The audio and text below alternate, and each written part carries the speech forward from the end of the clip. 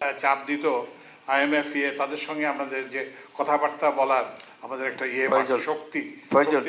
একটু মনে করে কাতারের কত পাওনা ছিল, আচ্ছা যে আজকে যে গলাফুট কাতারে এই যে যেটা বললাম এখানে আসতে পেরেছে তাদের প্রতিটি পাই পয়সা শোধ করে কাতার থেকে আমরা LNG কিনি লং টার্ম কন্ট্রাক্টে। তো 295 মিলিয়ন ডলার এরকম একটা পাওনা ছিল।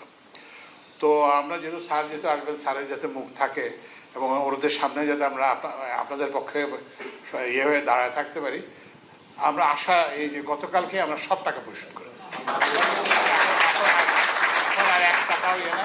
এবং আমাকে কাতারের যে মানে এনার্জি যে মিনিস্টার সে সাদ আমাকে ইয়েতে হোয়াটসঅ্যাপে ধন্যবাদ জানাইছে যে ওরা এটা এত তাড়াতাড়ি এটা আশা করে না। এটা আপনাদের সহায়তার জন্য এটা সম্ভব হয়েছে। আপনাদেরকে অসংখ্য ধন্যবাদ। জোরে হাততালি।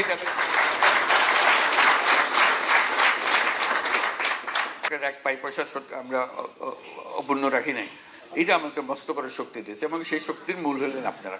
আপনাদের এক একজনের টাকা বিশাল। অসংখ্য ধন্যবাদ আপনাদেরকে দেশের পক্ষ থেকে, জাতির পক্ষ থেকে। উপদেষ্টা স্যারের সাথে এখানে একত্রিত হওয়ার মতো তৌফিক আদায় করেছেন। আমি 36 বছর যাবৎ কাতারে আছি। 1000 রিয়াল বেতনে 10 বছর কাজ করছি।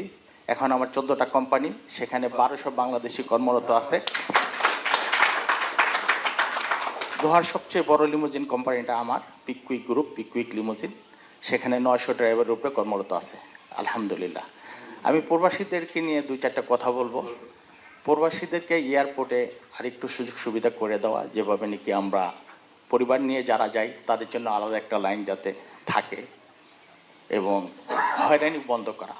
প্রায় আমরা খবরে দেখি ব্যাগগুলো কাটা হয় এবং প্রবাসীদের গায়ে হাত পর্যন্ত তোলা হয়। এই জিনিসগুলো থেকে যাতে স্যার আমাদের প্রবাসীরা আরেকটু রিল্যাক্স হতে পারে, যাতে আমরা আমাদের মনের খুশিতে দেশে প্রবেশ করলেন, এই খুশিটা যেন অনুভব করতে পারেন। তো সেই জন্য আমরা বলছি যে তাদেরকে ভিআইপি গেস্ট হিসেবে তো ট্রিট করবা। এরা সবাই আমাদের ভিআইপি, তারা আসছেন, তাদের সমাদর করা, তাদের জায়গা দেওয়া, লাউঞ্জ